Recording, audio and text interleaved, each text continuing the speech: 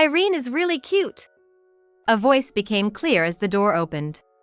And then, when Luke said that name, I froze. I wondered who it was, but when I heard the voice, it was indeed Irene, my sister. Luke stupidly called out Irene's name over and over. Shaking, I realized that I had to capture this scene on video. So, I recorded evidence on my smartphone and quietly left the place. After a while, the two came out of the bedroom. Seeing me, they turned pale. I said to them, "Yeah, I sent the video of you two to Ken.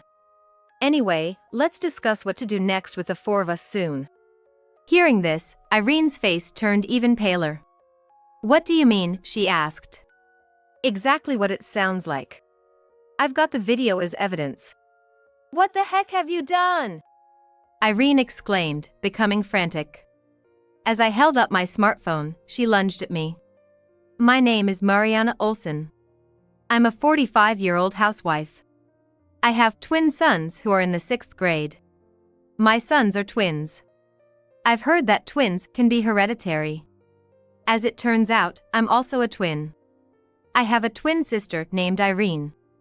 We are identical twins, but it never really felt like we were sisters. More like rivals.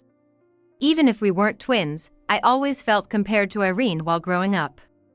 Eventually, I developed a strong complex towards her, and she seemed to prioritize beating me in everything. Irene was always the cute and friendly child, while I was shy, introverted. And I had a hard time with strangers, which made everyone first drawn to Irene. Despite being rivals, I adored Irene. She was always smiling and popular, something I aspired to be. But Irene apparently didn't feel the same. When we were kids, we often played together, but I always ended up with the unpleasant roles. "Mariana, you're it." During tag, I was always it. Even when a friend suggested rock paper scissors to decide, Irene would pressure me, "You want to do it, right?" Not wanting to be disliked by Irene or left out, I could only nod. Irene's behavior wasn't just during playtime. It was in 6th grade. During the time when roles for the school play were being decided. We were going to do a play of Snow White, but since I didn't think I could act, I wanted to be the narrator. However, I caught a cold and missed school on the day roles were assigned. "Oh, Mariana, you want to be the narrator? I'll tell the teacher." Irene said she would tell the teacher for me, so I trusted her and felt relieved. But when I returned to school after recovering, to my surprise, I found out I was cast as the lead role. "Why am I the main character?" I was shocked and asked a friend. Then, my friend said something unbelievable. Irene said Mariana wanted to be the main character. "What? I didn't say that." "But it's already been decided." It seemed that, entering adolescence in 6th grade, no one wanted to play Snow White due to shyness. So, I, who was absent, was chosen for the role. My usual quiet demeanor led the teacher to wonder why I would want to be the main character. "Did Mariana really say she wanted to do it, Irene?" The teacher double-checked. "Yes, she wants to, but she's too shy to volunteer. Please let her have this chance." But Irene had recommended me for the role as if she was doing me a favor. I cried, pleading that I couldn't do it and didn't want to. However, everyone else's roles were already decided. Scolded by the teacher and parents, I somehow managed to try my best. Thanks to that effort, the play was a great success. The teacher, my parents, and friends all said, "You did great." But Irene was the only one looking at me displeased. Anyone could have done that. "It's silly to get all that praise for something so simple," she would say, speaking harshly. That was the moment I realized Irene disliked me. From then on, Irene stopped inviting me to play. At first, it made me sad, but then I realized I was no longer being forced into unpleasant roles. I made good friends and began to enjoy myself. In middle school, many didn't even know Irene and I were twins. We hardly spoke at school and didn't look alike. I requested not to be in the same class as her, and I was enjoying my time. But one day, as I was studying for exams, Irene came to talk to me. "Are you studying?" What for? For the test, remember? It's tomorrow. Studying that hard is just a waste, you know. Irene always had a way of manipulating me to do what she wanted. But I don't want everything to go Irene's way. For the first time, I talked back to her. I want to keep getting good grades to earn a scholarship for college. How do you know it's impossible? If you don't want to study, Irene, then don't. But don't bother me. I quickly looked away and returned to my textbook. Huh? What's with that attitude towards your sister? Irene, angered at being talked back to, grabbed my textbook and threw it on the floor. What are you doing? Studying won't do you any good, ugly. You're just meant to be my slave. That day, we ended up in a physical fight. Our parents came running at the noise and stopped us, but by then, my textbook was torn to pieces. But more than that, my heart was shattered, hearing Irene's true feelings about me. To her, I was just someone convenient to push unpleasant things onto. I realized clearly that Irene saw me as her slave. But I didn't give up and continued studying. Luckily, my parents contacted the school on my behalf, and I got a new textbook. With their support, Irene stopped disturbing my studies, and I was able to focus. Thus, we became high school students, but we hardly spoke to each other and led our separate school lives, eventually going on to attend different universities. And then, I found employment. As an adult, I started living alone. That's when I met a man. His name was Luke Oliver. Luke and I were hired at the same time and came from similar backgrounds. Feeling a sense of kinship, we began to see each other, and he asked me out. Actually, I like you, Mariana. I would be happy if we could date. I was stunned to hear those words. I had feelings for Luke too. But I never had the courage to say such things. I wasn't pretty like Irene and had hardly any experience with love during my school years, so I couldn't believe that he felt the same way about me. I'm happy. If you're okay with me, then I'd love to. I felt over the moon to have my first boyfriend. Since starting to date Luke, I devoted myself to him, cooking meals and making lunchboxes. Luke also started visiting my place often, and we began living almost like we were cohabiting. Mariana, I'll cook dinner today. But it wasn't just me doing things for him. Luke was also cooperative with household chores. Doing chores together was fun, and I started to think that Luke and I could make a good married couple. After 3 years of dating, we decided to get married. I was very happy and excited about it, but there was one thing that worried me. Mariana, you're a twin, right? I'd like to meet your sister, Luke said one day. During our 3 years of dating, I had told him I had a twin sister, Irene, but he had never met her. In fact, I hadn't even told Irene about having a boyfriend. Since that big fight in middle school, there had been a deep rift between us. Yeah, that's right. But as we were getting married, it was inevitable that Irene and Luke would meet. I felt uneasy thinking about how Irene might scorn me, but I decided it was time to introduce them. Huh? Married? Since when? Irene exclaimed loudly on the phone when I called her after a long time. I had told our parents, but apparently she hadn't heard yet. It seemed like this was the first time she's hearing about it. Yeah, and I want to introduce you to the man I'm going to marry. I'm kinda busy, you know? Well, if you insist, I guess I can meet him. As usual, Irene was condescending, but I asked her to make time. Irene hadn't changed since we were kids. So I thought I'd have to be the grown-up and accommodate her. We scheduled our visit home to match Irene's day off. Luke suggested that since we were all together, we should have a meal with our parents, so we arranged to meet at a restaurant. On the day, we went to the restaurant. But even when the time came, Irene was nowhere to be seen. Irene is late. She said she'd be on time. Sorry, Luke. It's totally fine. She'll probably be here soon. Let's wait a bit. Both my parents and I felt sorry for Luke. Then, 15 minutes past the agreed time, Irene arrived in a flashy dress. Sorry, did you wait? We did wait. And what's with that outfit? Well, it's kind of like a meet and greet, right? I thought I should dress up. I was just dumbfounded at her. Not just me. Even our parents could only give a wry smile. If she knew it was a meet and greet, I wish she hadn't been late without even a message. Especially if the reason was just to dress up. It wasn't very mature.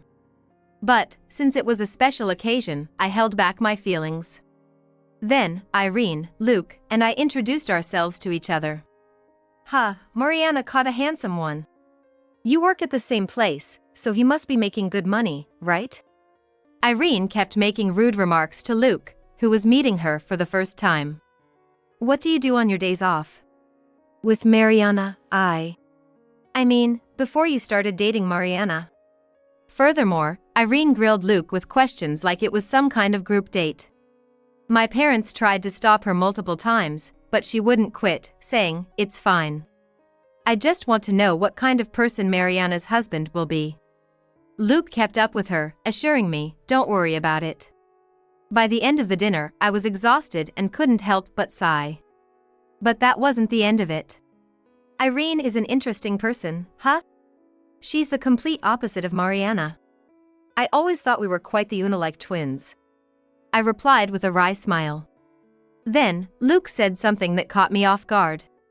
Maybe you should take a page out of Irene's book?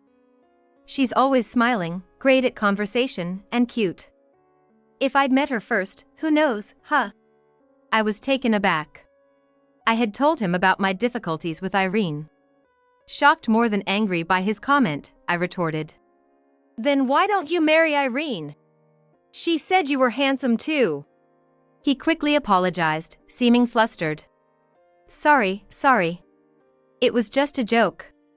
I'm glad I met you, Mariana, and I don't have any special feelings for Irene. Then you shouldn't make comments that put me down and praise Irene. I said it was a joke. Luke apologized again. I was shocked, but I didn't plan to call off our engagement over this. As long as he understood, that was fine. But then he said, "But Irene is a nice girl. It's shameful to be jealous of your sister, you know? We should all get along as a family. She's an adult now, it's different from the past." I had my reservations, but I knew our parents really wanted Irene and me to get along. However, I wished Luke would take my side more. Why did he try to bring me and Irene closer? But then again, it's not like there will be many opportunities for involvement anyway. But I didn't want to argue, so I just nodded to his words. A few days later, a message from Irene arrived. Luke is too good for you. Should I take him? I was horrified by her message. What are you talking about? I replied, only to receive a call from her immediately. Exactly what I said. It's unbelievable that someone dull like you is getting married before me. She mocked me over the phone, laughing. He's high-earning and well-educated. Hand him over to me. We're twins, after all, we've always shared everything. Don't be ridiculous! I shouted at her. I couldn't tolerate her treating Luke like an object, and her claim about sharing was absurd. I'd always been the one to take on the unpleasant tasks for Irene. That night, I told Luke about the conversation and warned him to be careful around Irene.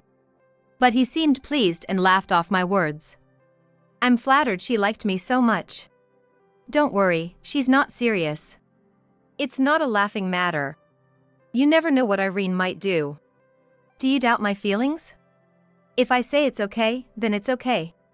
Luke said. Despite being such a wonderful person, it seemed like he had changed after meeting Irene. He affirmed everything about her, just because she was my sister. Aside from that, he remained the wonderful partner he always was. But my dissatisfaction grew whenever Irene was involved. You don't need to worry so much. But as Luke said, as long as he didn't sway, there was nothing Irene could do. I realized that being disturbed by her words meant I didn't fully trust Luke. Indeed, I was admonished like that. It was certainly true. So, I decided to trust Luke and ignore Irene's words. Even though Irene continued to send me snide messages, I chose not to respond. Fortunately, Irene didn't do anything to Luke and me, and I prayed for a happy married life with him. Years later, when I was over 40, my parents informed me that Irene had gotten married. By then, I had blocked her number and we weren't in contact. We occasionally saw each other at our parents' house, but every time I met Irene, she berated me. Nearing 40 and still unmarried, Irene seemed to take her frustrations out on me, and it appeared she was avoiding me. Given her age and, more importantly, her difficult personality, Irene faces challenges. I thought Irene might never marry, but she found someone and I was genuinely happy for her. I realized how awful I was to Mariana when she got married, after I got married myself. Irene apologized through our parents. We started communicating again. And Irene had become much calmer. Almost like the sister I used to love. I never thought I'd see the day when we could laugh together again, so I was very happy. Irene introduced me to her husband. He was about 5 years older than us, named Ken Green.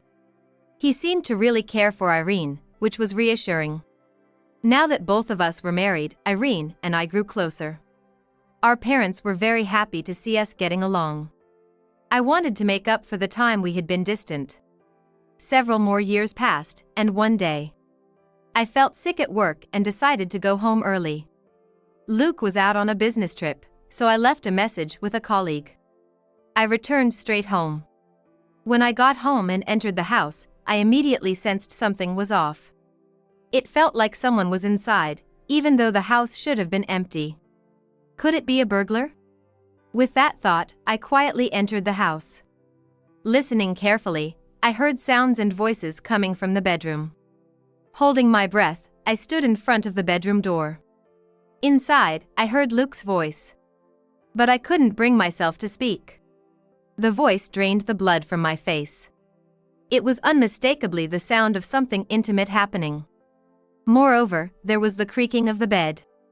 Even without looking inside, it was clear what was happening, and my hands trembled. However, if Luke was cheating, I had to catch him in the act. With my smartphone in hand, I quietly opened the door, trying not to be noticed. But what I saw in the bedroom was an even more shocking truth. "Irene, you are really cute." A voice became clear as the door opened.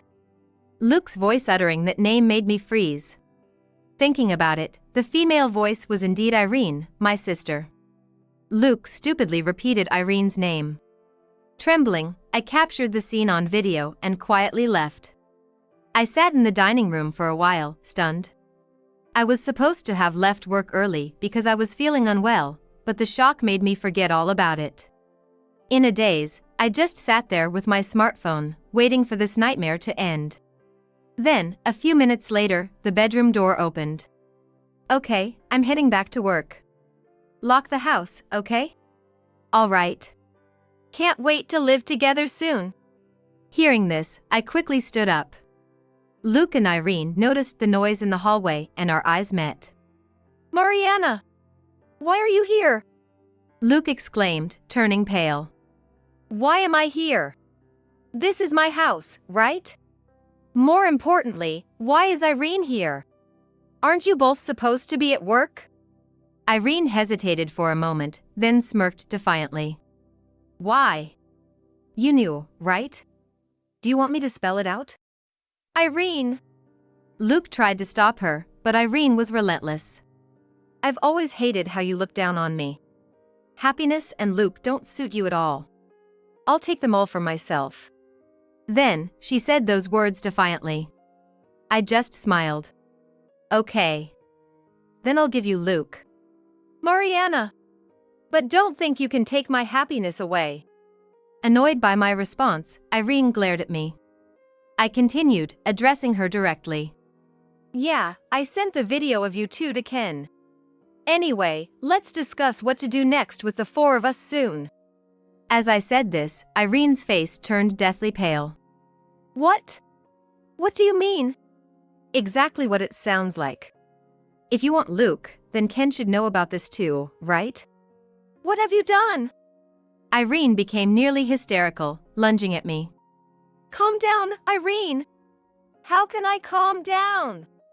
Luke tried to intervene and stop Irene. But she was beyond reasoning. At that moment, Irene's phone in her bag rang.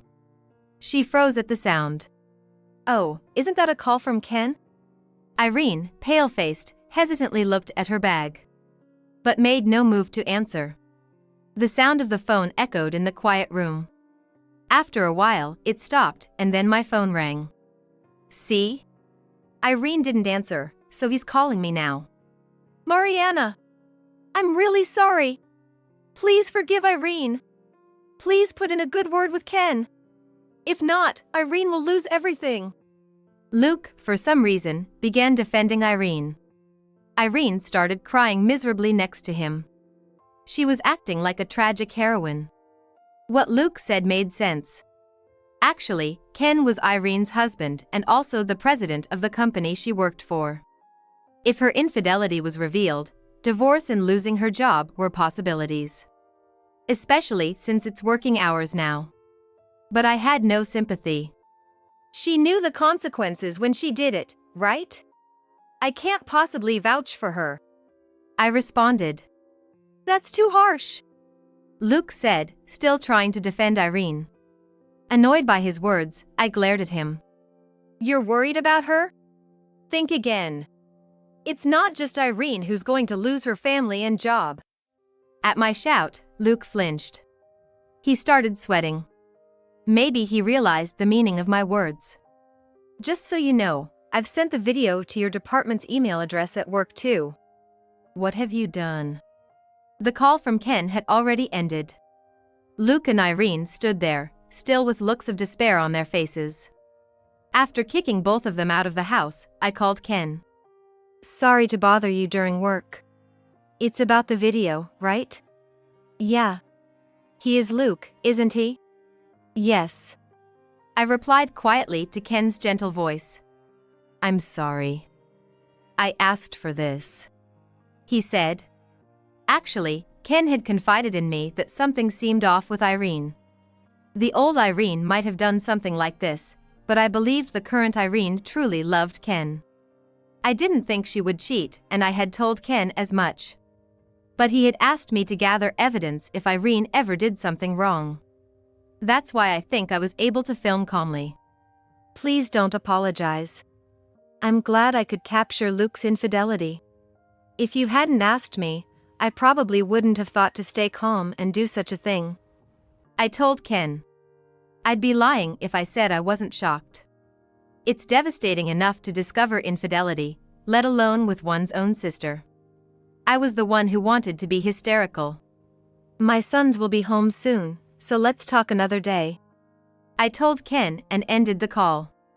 Tears streamed down my face, but for my sons and for my future, I knew I had to be strong. I went through the day as usual. And when my sons had settled down for the night, Luke came home. "You're late. Were you with Irene?" I asked. Luke, clearly upset, snapped back at me. "Because of you, I got called into HR. They're going to decide my punishment later. What are you going to do about it?" I couldn't help but laugh at Luke, trying to make me the villain for his own actions. It was a waste to have cried over such a person. "Nothing. Do whatever you want. Do you understand? If we divorce, I'm taking the kids. Are you still going to divorce me?" Luke's statement, using our sons as leverage, only made me more contemptuous. "What are you talking about? You think you'll get custody after likely losing your job? The divorce is final. Don't be ridiculous. Keep the foolishness to your actions only." Luke was speechless, as expected. Of course. Infidelity during work hours at our home, such a person would undoubtedly face dismissal. He still didn't seem to grasp the foolishness of his actions. If that's the case, he's incredibly foolish. "I'm moving out tomorrow." "Wait. We can still work this out. It was just one affair, forgive me." Luke, facing my firm stance, started to beg and apologize. "Just once?"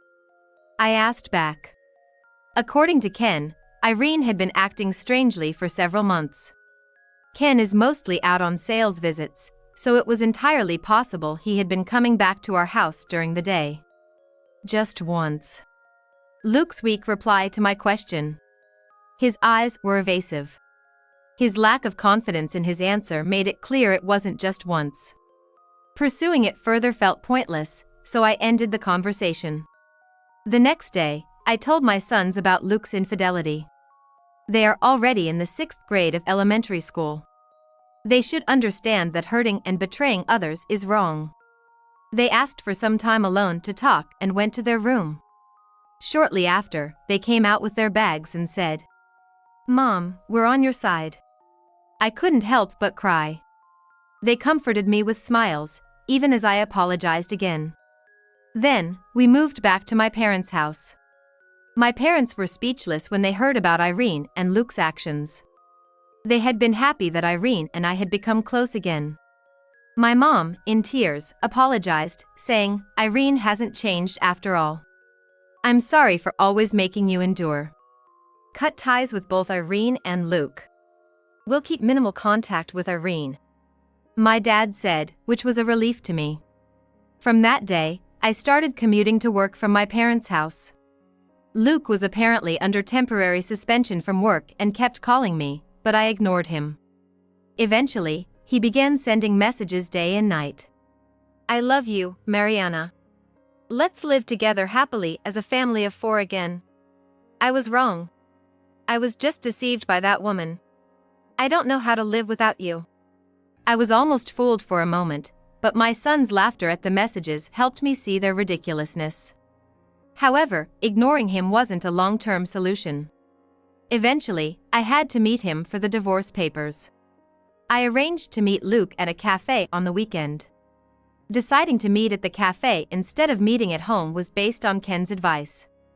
He mentioned that it's better to have discussions in a public place where there are other people around, as it helps in keeping the conversation calm. When Ken and Irene also gathered at the cafe, I noticed that Irene had become gaunt and looked almost like a different person in just a few days. She must have been rejected by Ken. Serves her right. Now, Irene and Luke, please submit the divorce papers. Irene seemed reluctant to divorce. Ken spoke to the two who were refusing divorce. "Ken, it's a misunderstanding. It's your choice to divorce, but we are not getting a divorce." "Still saying that? My sons and I no longer consider you family," I told the persistently denying Luke. Ken sighed deeply. "We can go to court, but it's clear you both will lose. Adding legal fees to the alimony, won't it become a huge burden for you?" "Alimony? Of course. You both betrayed your families. Irene, you betrayed me and Mariana. Luke, you betrayed Mariana and me. You'll have to pay a fair amount in alimony." Irene started trembling silently.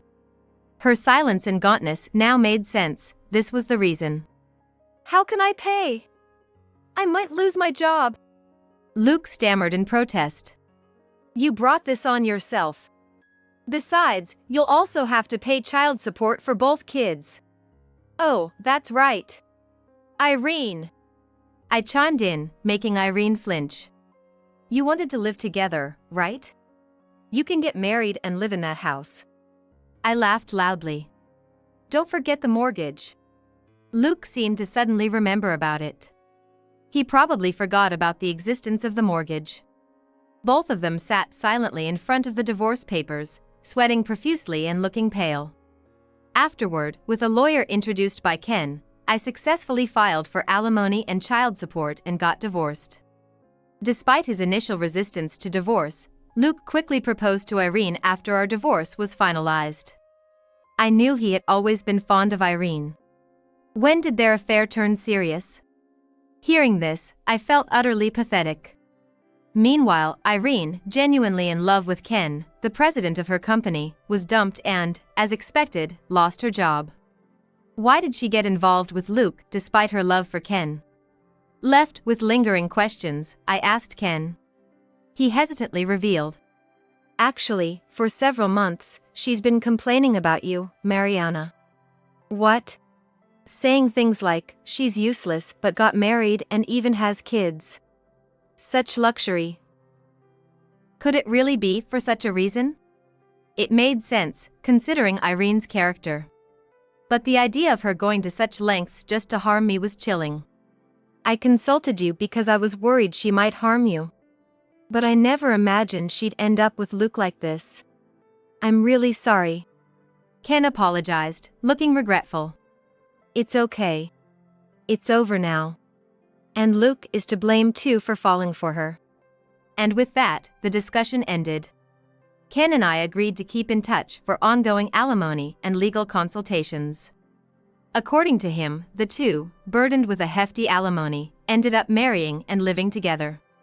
Irene was disowned by her parents and had nowhere else to go. With no family left, she reluctantly accepted Luke's proposal. From what the lawyer told me, Irene couldn't accept that she was forced to divorce Ken and marry Luke, whom she didn't love, and she blamed me for it. The lawyer chuckled bitterly, saying that every time he called, he was greeted with Irene's verbal abuse. Though I felt sorry for him, Ken's presence meant he continued to support me diligently. It seemed I would still need his assistance for a while to ensure alimony payments. 5 years later. The alimony and child support payments were being made properly, and my emotional wounds had mostly healed. On a day when life seemed to have returned to normal, I received a call from the lawyer. Irene says she needs to talk to you.